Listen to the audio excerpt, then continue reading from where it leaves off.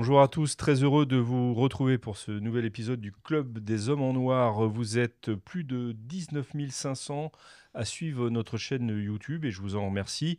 Et je vous lance aussi un défi. Je voudrais qu'après cette émission, nous atteignions, grâce à vous et à votre soutien, le chiffre de 20 000, ce qui nous permettra de franchir un nouveau cap. C'est facile, c'est gratuit il suffit d'un clic et le tour est joué. Si vous ne l'avez pas fait non plus, n'hésitez pas à profiter de notre offre rejoindre en souscrivant à cette offre ou plus encore à l'offre soutien. Vous permettrez ainsi la réalisation de cette émission qui ne vit pas simplement d'amour et d'eau fraîche. Notre thème aujourd'hui rejoint l'actualité pontificale et l'actualité éditoriale, puisque le pape François vient de faire paraître dans plus de 100 pays, en même temps, son autobiographie sous le titre « Espère », un livre qui est publié en France aux éditions Albin Michel, un volume assez important, dans lequel notamment, à la page 268 très précisément, il intervient sur la forme extraordinaire du rite romain, la liturgie traditionnelle classique, on peut la qualifier de plusieurs manières. Et c'est sur ces passages assez surprenants, pour tout dire, que mes invités aujourd'hui, nos invités, vont nous proposer leurs réactions et leurs analyses. Alors, pour parler de cette question, j'ai le plaisir de recevoir aujourd'hui l'abbé Guillaume de Tanoirne. Bonjour. Monsieur l'abbé, bonjour, merci de votre présence. À côté de vous, je vais continuer dans le sens des aiguilles d'une montre à l'envers. Notre ami Jean-Pierre, le tonitruant. Tonitruant, Jean-Pierre Maugendre. Bonjour à tous. Voilà, ça résonne et déjà. L'abbé Grégoire Sellier. Bonjour Maître Maxence et bonjour à tous les clubistes. Et puis l'abbé Marc Gelfucci. Monsieur l'abbé, bonjour aussi. Bonjour cher ami, bonjour à tous. Merci de votre présence.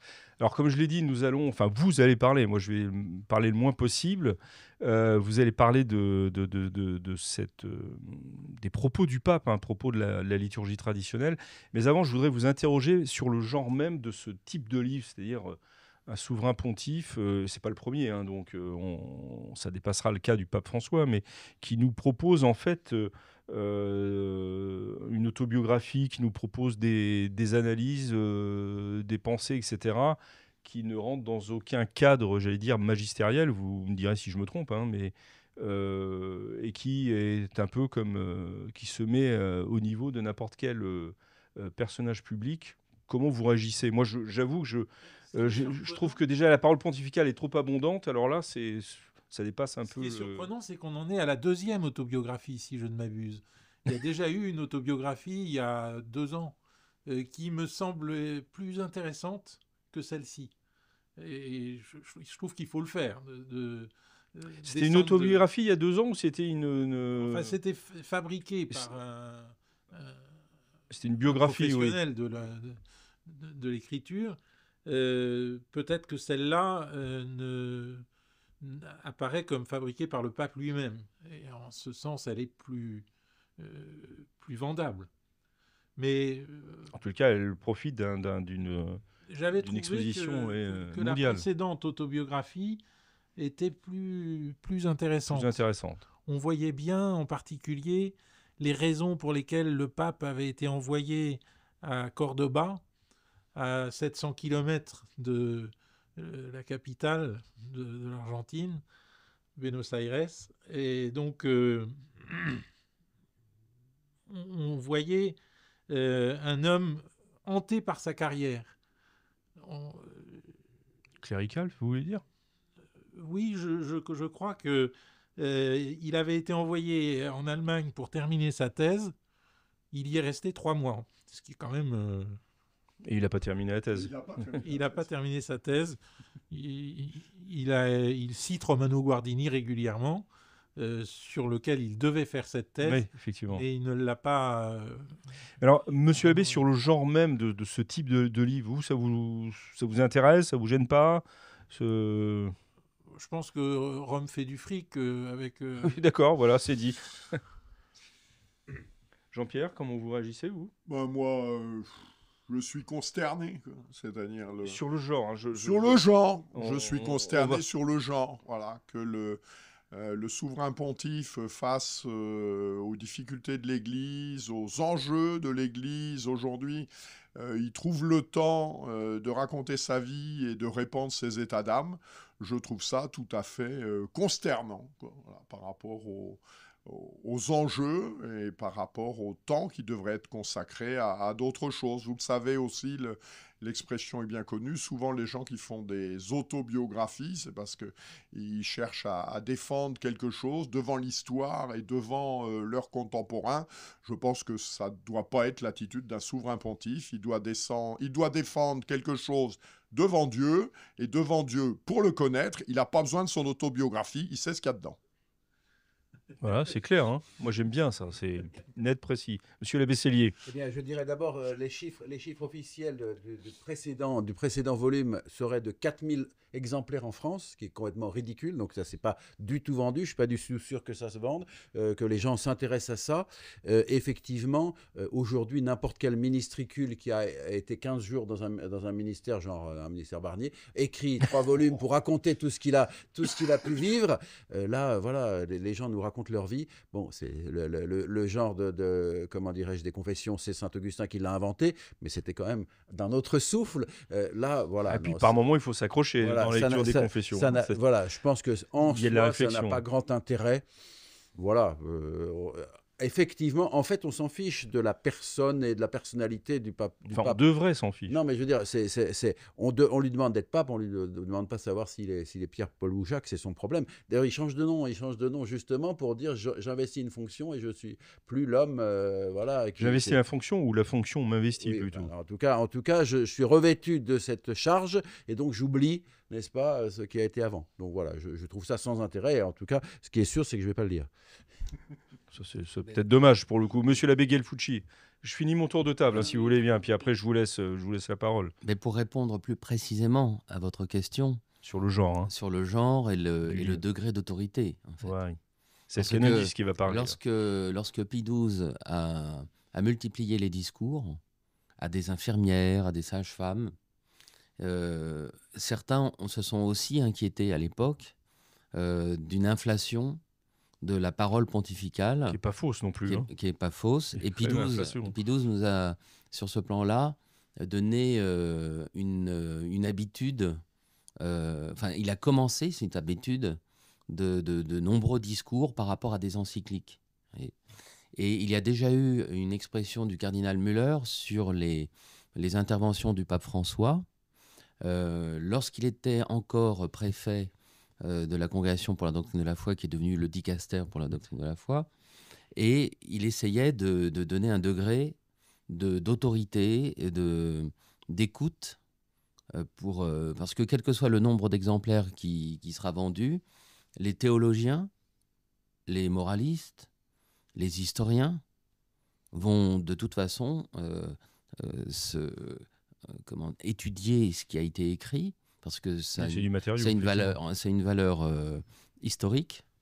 Mais pour notre vie spirituelle, notre vie de tous les jours, en tant que chrétien, en tant que baptisé, c'est beaucoup une quantité, si vous voulez, qui fait que tous ceux qui veulent essayer de suivre le souverain pontife avec respect, parce qu'il parle avec une probabilité d'une certaine vie spirituelle et d'une certaine inspiration, et quel degré, ça peut être épuisant vu la quantité, ça c'est sûr. Je crois qu'il y a un dicton qui est très simple, hein. Seule la parole rare est écoutée. Voilà. Les gens qui parlent tout le temps, au bout d'un certain temps, on les écoute plus, c'est la vie.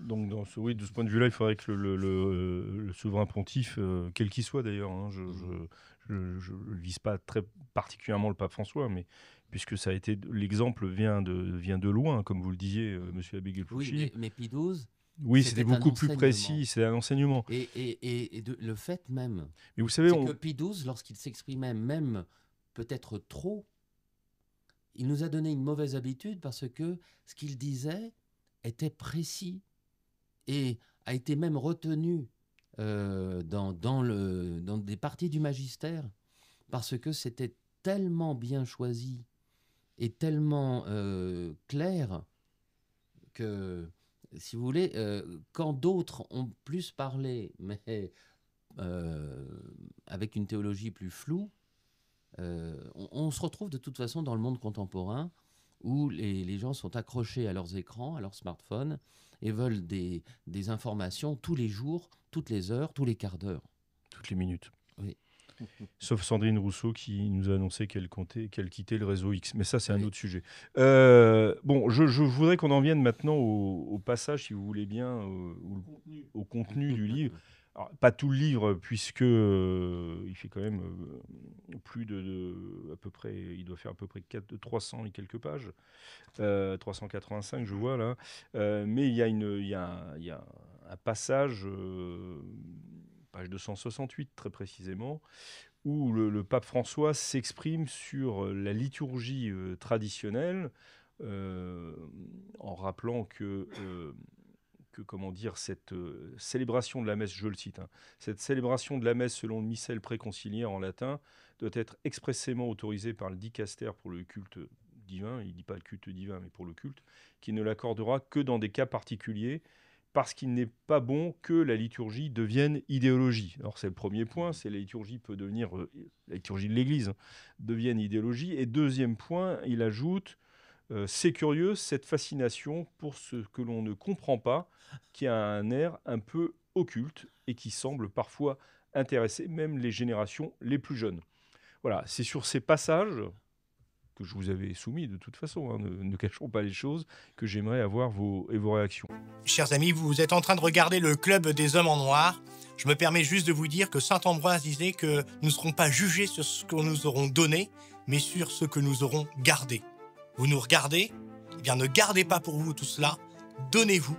Allez maintenant dans la description de la vidéo pour effectuer votre don. Un grand merci. Idéologie et occulte. Est-ce que la liturgie traditionnelle est une liturgie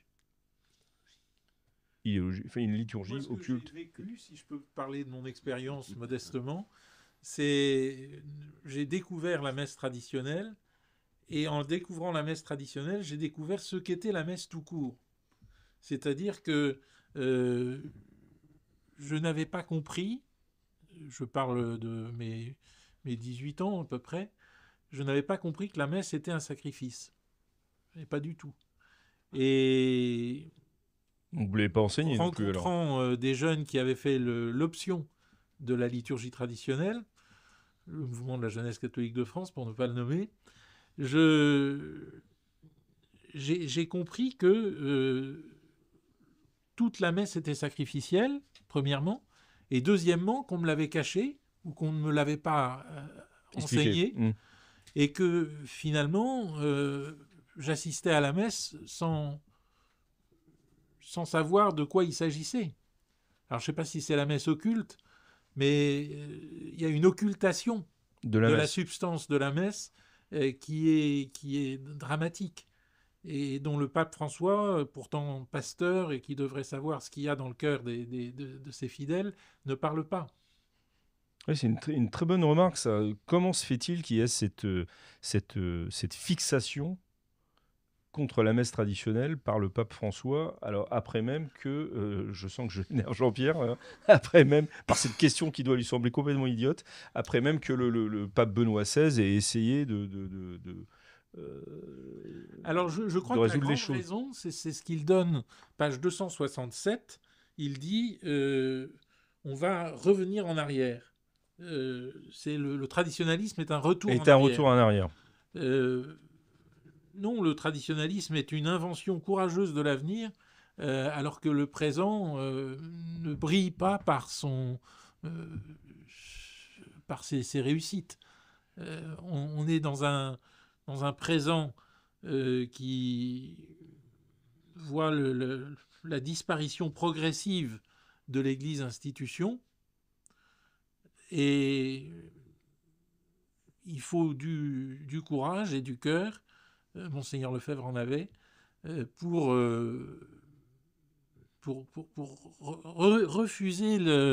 refuser la pente douce et refuser la situation dans son caractère difficile et pour proposer autre chose. Il faut bien voir que lorsque Monseigneur Lefebvre propose la messe traditionnelle, elle n'est plus dite nulle part. Oui, donc on revient à ce moment conciliaire avec le pape François, qui voudrait qu'elle ne soit plus dite nulle part, ou qui voudrait donner lui-même l'autorisation de la dire chaque fois qu'elle est dite une fois quelque part. Ce qui revient finalement à ne plus la célébrer. Alors, on va donner la parole à Jean-Pierre Maugendre et ensuite à l'abbé Sellier. Et puis, pour reprendre à votre question, je crois qu'il y a une explication très simple, mais qui tombe sous le sens. C'est que le pape Benoît XVI était dans une optique très claire de continuité, c'est-à-dire il s'efforçait, je crois qu'il le croyait, que l'enseignement conciliaire, l'enseignement post-conciliaire devait être placé dans la continuité de ce que l'Église avait fait pendant 2000 ans. Et dans ce cadre-là, respecter, vénérer, valoriser un des plus prestigieux legs de cette vie de l'Église, ça paraissait comme quelque chose de cohérent. Et c'est une des raisons, je crois, de son attachement à la messe romaine traditionnelle. Le pape François, il est dans une optique radicalement différente. Il est dans une optique de bâtir une nouvelle Église, c'est-à-dire de concevoir, je renvoie à nos téléspectateurs aux travaux de Guillaume Cuchet, c'est-à-dire que sous la même apparence, sous les mêmes mots, dans la même organisation, au final, c'est une autre conception de l'Église, du salut, de Dieu, de la relation entre Dieu et les hommes, de la relation de l'Église enseignante avec l'Église enseignée qui est en train de se mettre en place. Bon. Eh bien, le pape François, il est cohérent.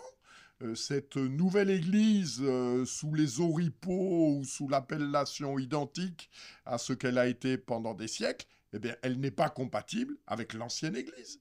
Et l'ancienne Église, dont la manifestation la plus claire, c'est la messe traditionnelle, ben, ça doit disparaître. Quand le cardinal Roche, préfet du dicaster pour le culte divin, nous dit il y a 2 ans maintenant que la théologie de la messe a changé, eh bien, je pense que c'est aussi ce que pense le pape François, c'est que la théologie de la messe a changé, et d'ailleurs que la théologie de l'Église aussi a changé, et que le regard que porte l'Église, par exemple, sur le salut, vous l'avez vu dans la presse il y a quelques jours, le pape François a reçu Monseigneur Schneider. Bon, Monseigneur Schneider est vraiment le tenant de l'école romaine, de l'école traditionnelle, qui revient à dire qu'en dehors de l'Église, il n'y a pas de salut. Le pape François, il est au-delà de tout cela. Toutes les religions se valent, chacune sont des chemins divers pour aller vers Dieu. Et donc son ostracisme contre la messe traditionnelle, il est parfaitement logique, il est parfaitement cohérent, parce qu'elle porte une autre théologie, une autre vision de l'Église, une autre vision de l'homme, une autre vision de Dieu. Amen. Pardon. Ce que vous avez décrit, là, c'est le projet moderniste, en fait. C'est-à-dire, on garde la façade, mais on change tout. Oui. C'est quand même une accusation qui n'est pas... C'est pas une accusation, c'est un constat. C'est un constat, très bien. Enfin, très bien. Pas pour le constat, mais pour ce que vous venez de dire. Monsieur l'abbé Sellier. Je voudrais dire, d'abord, la première chose, c'est que nous célébrons la messe du Concile. Nous célébrons la messe de Vatican II. C'est facile, ça, non? Non, c'est pas facile, car tous les jours des 4 sessions entre 1962 et 1965 du Concile Vatican II, cette messe a été célébrée devant les 3 ou 4 000 pères conciliaires. C'est ça la réalité. La messe nouvelle n'existait pas. Donc quand on dit c'est pas possible avec le Concile a vécu de cette messe. Ça, c'est la première chose. La deuxième chose, c'est que nous ne faisons que continuer ce qui a toujours été fait. On n'a rien inventé, on n'a pas changé quelque chose. On dit la même messe qui s'est toujours dit, que disaient les prêtres pendant tous les siècles précédents. Et donc je ne vois pas comment, en faisant simplement ce qui s'est toujours fait, on pourrait devenir comme ça des choses extraordinairement méchantes, parce que voilà. Et puis la troisième chose que je voulais dire, c'est que nous comprenons parfaitement ce que nous disons et ce que nous faisons. Il y a des tas de missels, il y a des tas de livres sur la liturgie. Moi, les fidèles, si je fais une faute, une erreur pendant la messe, ils viennent me le dire, monsieur l'abbé, là, vous n'avez pas dit la bonne oraison, etc. Ils suivent parfaitement la messe. Et donc, que le pape François ne comprenne pas, ça c'est son problème, mais qu'il ne vienne pas nous dire qu'on ne comprend pas, parce qu'on le comprend parfaitement. Donc, je suis à la chapelle Notre-Dame de Consolation, au cœur de Paris. Donc, il y a 30 millions de touristes qui viennent à Paris chaque année. Donc, parmi ces touristes, il y a un certain nombre de gens qui sont attachés à la tradition. Donc, à la chapelle Notre-Dame de Consolation, tous les dimanches, il y a des étrangers de passage passage. Je sais aucune langue à part le français et l'argot, donc je ne peux pas parler avec eux des langues bizarroïdes que je ne connais pas, mais eux, ils suivent parfaitement ma messe, il n'y a aucun problème. Sauf le sermon. Pardon ? Sauf le serment, mais ça, le serment n'a pas d'importance. Oui, Ils suivent parfaitement la messe. Et si je vais célébrer dans un autre pays, ou si je vais assister dans un autre pays à une messe traditionnelle, je suivrai parfaitement et je comprendrai parfaitement. Il n'y a rien d'occulte. Je dirais que l'usage du latin, c'est un petit peu comme l'anglais. Tout le monde baragouine, pas moi, hein, mais tout le monde baragouine plus ou moins un peu d'anglais pour se comprendre plus ou moins. On ne dit pas que c'est occulte, c'est juste, voilà. Là, il s'agit d'une langue universelle, il s'agit d'une langue sacrée, c'est une langue traditionnelle, mais tous les fidèles, les missels, ils connaissent parfaitement. Ils connaissent les hymnes, ils connaissent les introïtes, ils connaissent plein de choses, des oraisons. Voilà, il n'y a aucun problème. Non, il n'y a pas d'occulte. Mais je vais vous dire, si vous me donnez encore une minute, je voudrais faire une révélation à tous les clubistes, c'est qu'en fait, le pape habite à Sainte-Marthe, en fait, il a un lit en or. Alors, comme il veut faire pauvre, sa table est en argent seulement. Hein. Mais son lit est en or, vous voyez. Et je vous le révèle, parce qu'il faut que vous le sachiez. Je ne suis jamais allé dans sa chambre. Je ne l'ai jamais vu. Et je dis ces choses, comme le pape François parle des messes traditionnelles, il n'est jamais rentré de sa vie dans une chapelle traditionnelle. Jamais. Il n'en sait rien du tout. Il invente. Moi, j'invente qu'il a un lit en or. C'est de la même facture. C'est juste, il dit, voilà, je pense que ceci, je pense que ça. Mais il n'est pas venu voir. Qu'il vienne voir et après on discutera. Monsieur l'abbé Gelfucci, ça vous laisse de marbre? Non. Pendant des siècles, des coutumes se sont installées.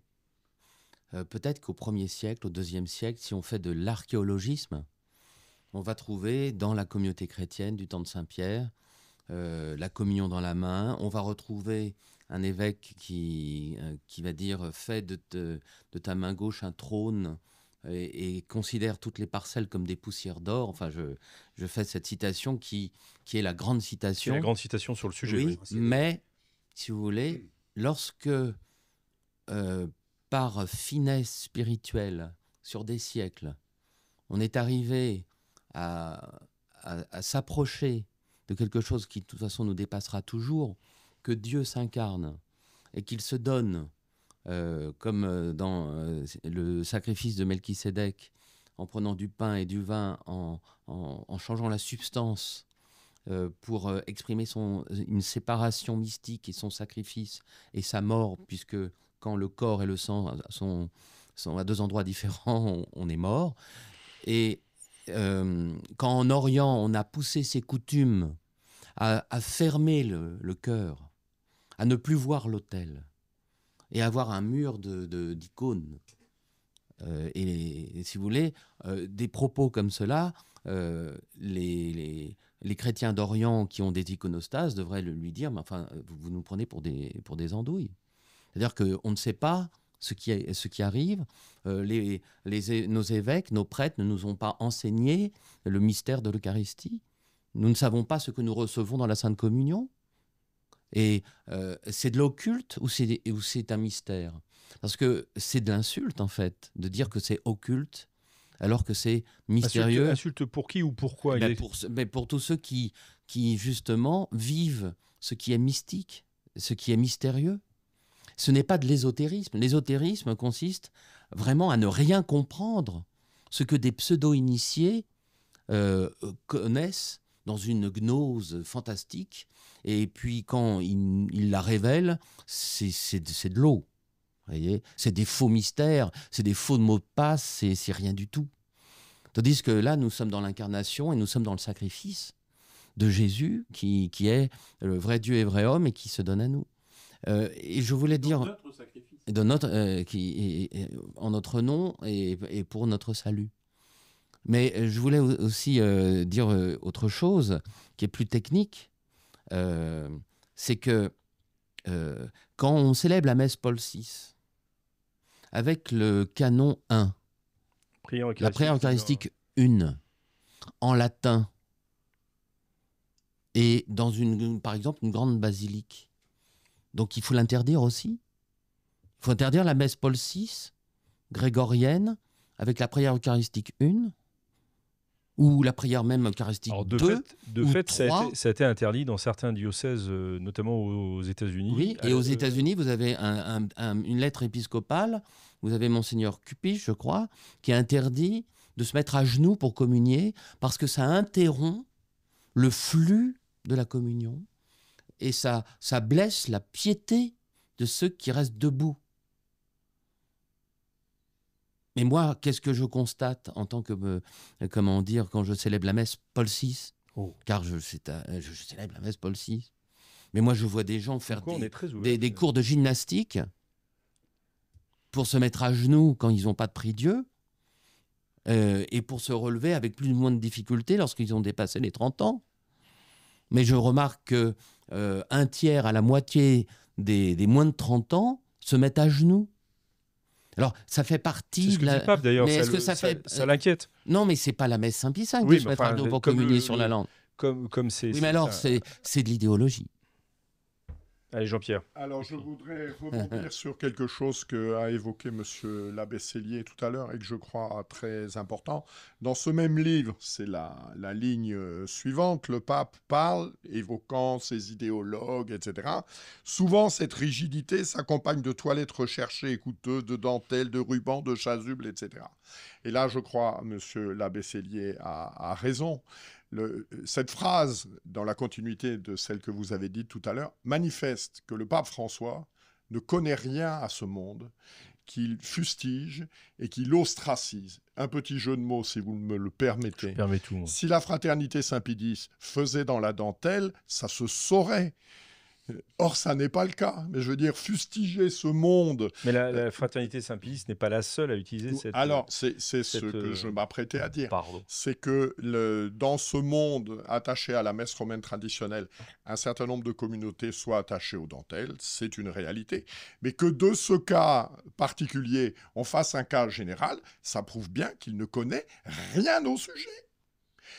Et c'est quand même un peu consternant, un peu affligeant que le souverain pontife porte des jugements qui sont des jugements publics, négatifs sur des gens qu'il ne connaît pas. Moi, je trouve ça quand même intellectuellement terrifiant. Moralement aussi, d'ailleurs. Oui, vraiment, c'est cette phrase que je vous ai lue manifeste qu'il ne connaît pas le sujet. D'autant que là, pour le coup, il prend comme exemple ce qu'il avait, les remontrances qu'il avait adressées à des prêtres italiens. Oui, en Sicile, il me semble. En Sicile, qui étaient des prêtres diocésains qui célèbrent la messe de Paul VI, mais qui voulaient la célébrer avec, je cherche mes mots, pardon, mais avec des vêtements liturgiques plus traditionnels que ceux qui étaient en usage jusqu'ici. Et c'est à eux, précisément, qui s'est adressé. Donc c'est pour des prêtres qui célébraient selon le missel Paul VI. Il y a une espèce d'incohérence intellectuelle dans son propos. Monsieur Abbé de Tanoir, je vois que vous me regardez. Oui, non, j'ai été voir un peu plus loin que les 2 pages. C'est bien. On sent le journaliste, là, derrière le prêtre. J'ai été voir un peu plus loin et je suis surpris parce que le pape François est très tolérant. Ça, on le savait. Il nous dit que l'Église n'est pas un orchestre où chacun joue la même note. Vous imaginez un orchestre où chacun joue la même note. Bien sûr. Mais où chacun exécute sa partition. Et c'est précisément cela qui doit créer l'harmonie. Il est bon qu'entre frères, on ait le courage d'avoir ses propres idées et le courage de les confronter, de se dire les choses en face. Tendre à l'unité ne veut pas dire uniformité. Mais après, nous devons toujours nous retrouver autour de la même table. Bon, si c'est ça, s'il suffit d'aller dîner avec les confrères, je pense que il n'y a pas de problème. Moi, je suis c'est ce que vous pratiquez certainement déjà, d'ailleurs. Et d'ailleurs, le chapitre dans lequel se trouvent ces passages s'intitule « Tout le monde dehors, tout le monde dedans ». Je ne sais pas exactement comment il faut l'interpréter, mais au moins, tout le monde peut être dedans. On a cette idée que finalement, on doit manifester la tolérance la plus grande, sauf pour la messe latine. Et la raison en est qu'elle ne va pas dans le sens du temps, de l'histoire. Pas de liberté pour les ennemis de la liberté. On connaît le refrain. Chers amis, vous êtes de plus en plus nombreux à regarder les vidéos du Club des Hommes en Noir, et cela nous touche énormément. Mais savez-vous que la plupart des gens qui regardent nos vidéos ne sont pas abonnés à la chaîne de l'Homme Nouveau, et ça change tout. Parce que plus d'abonnés, ça veut dire plus de visibilité, et donc plus de contenu à vous proposer. Donc si vous n'êtes pas abonné, s'il vous plaît, cliquez sur ce petit bouton, ça prend 2 secondes et cela nous aide énormément. Bonne vidéo. Mais là, je voudrais juste une petite seconde rebondir sur la question des toilettes coûteuses et recherchées. J'aimerais bien que ça soit le cas parfois. Les gens viennent à la messe le dimanche parfois dans des tenues, des vieux jeans délavés, etc. Je préférerais qu'ils soient mieux habillés. Mais ce n'est pas la réalité, hélas. Donc, encore une fois, le pape n'est jamais venu voir une seule messe. Et donc, il parle sans savoir. Alors, nous essayons d'avoir des beaux ornements, nous essayons d'avoir un culte digne, c'est vrai.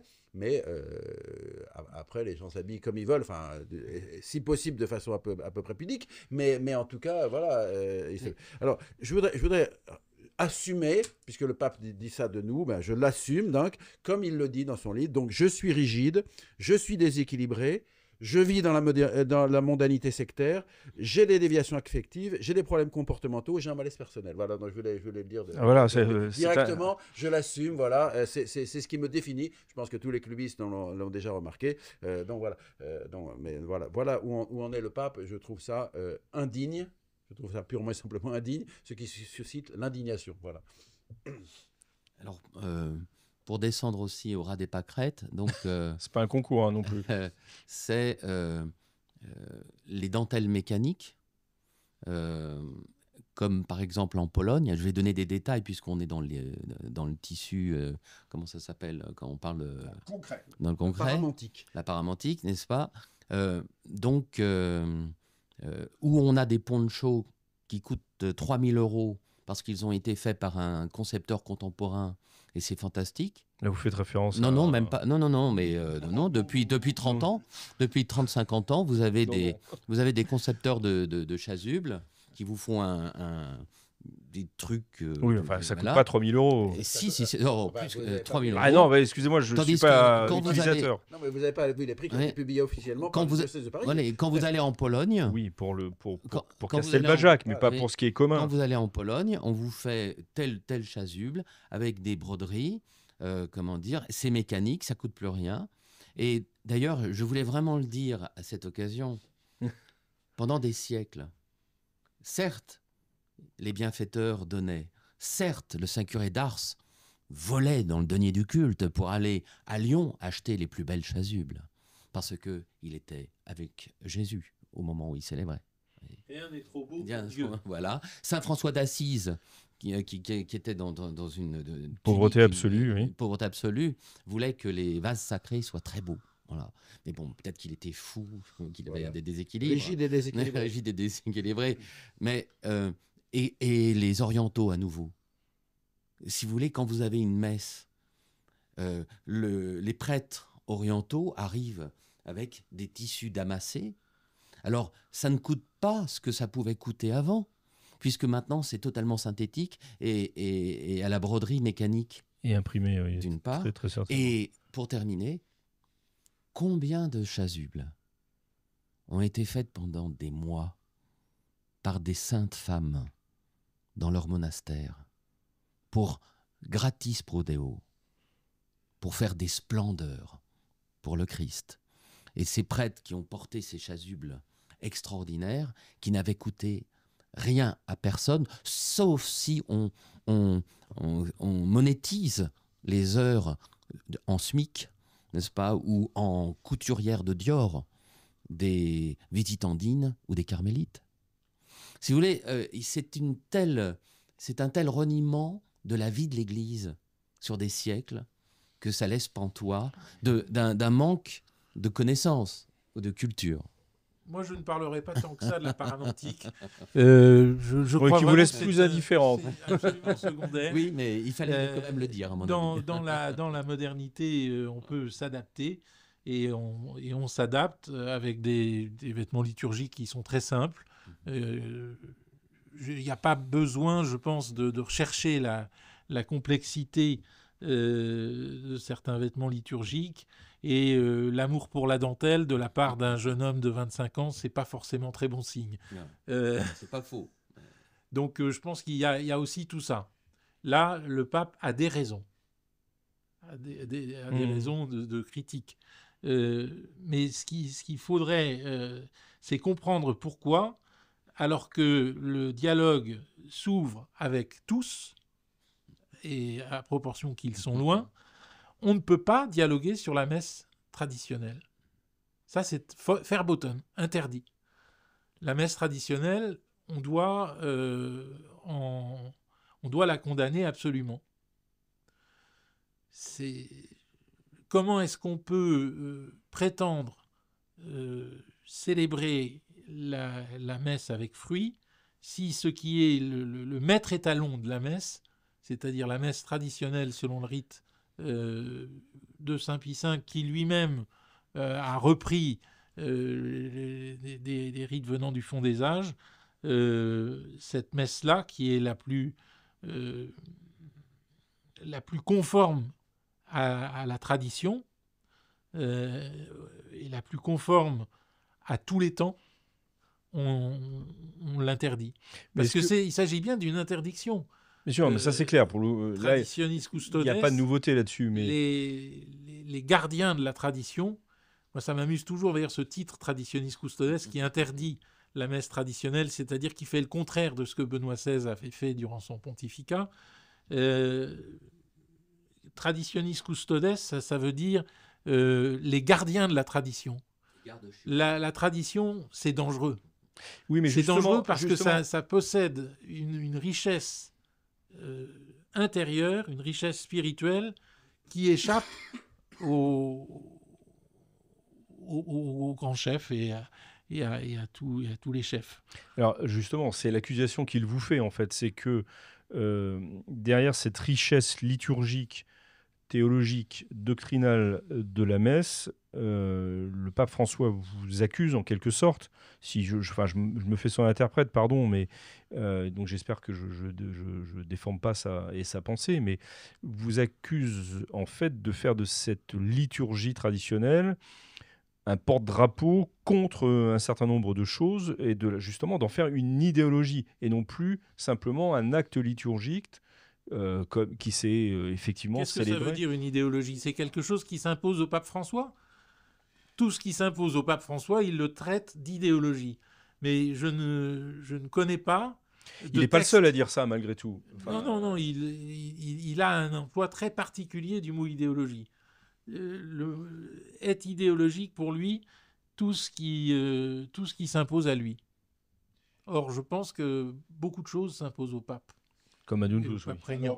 Jean-Pierre Legendre. Première remarque là que j'avais notée avec M. l'abbé de Tanoirne, effectivement, c'est quelque chose de très frappant. Jusqu'ici, les papes, ils étaient des papes théologiens et ils nous parlaient de doctrine. Bon.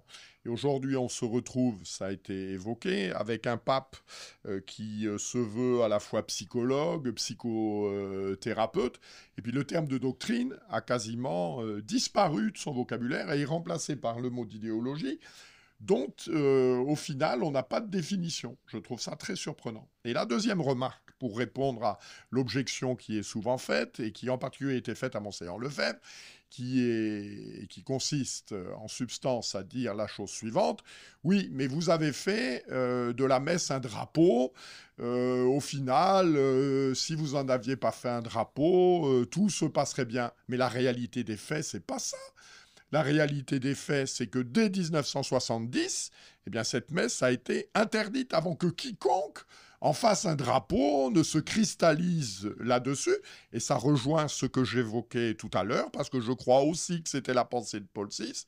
Cette messe traditionnelle, elle est la manifestation la plus visible d'un mode de fonctionnement, d'une définition de l'Église, etc., que ces gens-là veulent voir disparaître. Voilà, c'est aussi simple que ça. Et le fait que ce soit devenu un drapeau, eh bien, ça n'a pas été choisi par les gens qui en sont les défenseurs. Ce sont les personnes qui ont cherché à l'interdire, qui, par le fait même, en ont constitué une forme de drapeau. Mais il ne faut pas inverser les responsabilités. Donc c'est un retour à l'envoyeur, là. Oui, Mais je dirais, allez, on va conclure avec la Vaisselier. Je dirais, d'abord, souvenons-nous, lorsque en 1969, Monseigneur Lefebvre est à Fribourg avec les premiers séminaristes de la Fraternité, ça s'est passé comme ça. Il a juste dit, bon, nous continuons avec la messe telle que nous l'avons toujours célébrée, et ça s'est arrêté là. Il n'a pas fait de la messe en drapeau, il a juste dit, on continue à célébrer la messe tranquillement. Et c'est ce que nous faisons. C'est ce que nous faisons. Peut-être qu'il y a des problèmes théologiques, et certainement il y a des problèmes théologiques avec le Concile Vatican II et les réformes post-conciliaires, mais quand nous célébrons la messe, tout simplement. Nous célébrons la messe, les fidèles assistent à la messe, des fidèles de diverses obédiences, des gens de la fraternité Saint-Pédis, des gens qui ne sont pas de la fraternité Saint-Pédis, ils viennent assister à la messe, point barre, il n'y a pas d'idéologie. Et des gens qui comprennent le latin ou des gens qui ne le comprennent pas. Voilà, ça. Moi, j'ai célébré pendant 2 ans au Gabon devant des auditoires de 1000 personnes qui ne connaissaient pas le latin. Ça, je peux en mettre ma main au feu. Oui, il n'y a pas besoin d'aller au Gabon, pardon, mais en France aussi d'ailleurs. En France, on pourra toujours dire... Oui, il y aura toujours un agrégé de latin. Voilà, mais qui connaissait le Salve Regina, qui connaissait qui chantait. Qui chantait de tout leur cœur. Allez, 10 secondes parce que je suis vraiment très bon. Et sur les 10 secondes, il ne comprend pas pourquoi les jeunes... Ah oui, il le dit encore. Il le dit clairement, oui. Mais les jeunes qui ne comprennent pas le latin, et ça, je le répète souvent, eux, ils comprennent le silence de la prière eucharistique.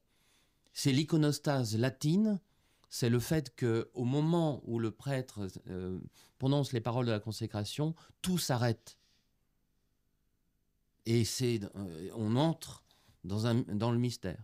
Et ça, les jeunes le comprennent très bien. C'est le prêtre qui prononce, mais c'est le Christ qui prononce les paroles. Voilà. Il les prononce à la première personne. Et il s'adresse à Dieu le Père. Oui, il s'adresse à Dieu. Qui doit comprendre le latin, je suppose. Je suppose que Dieu comprend le latin. Oui. Rassurez-moi. Mais nous, on le sait.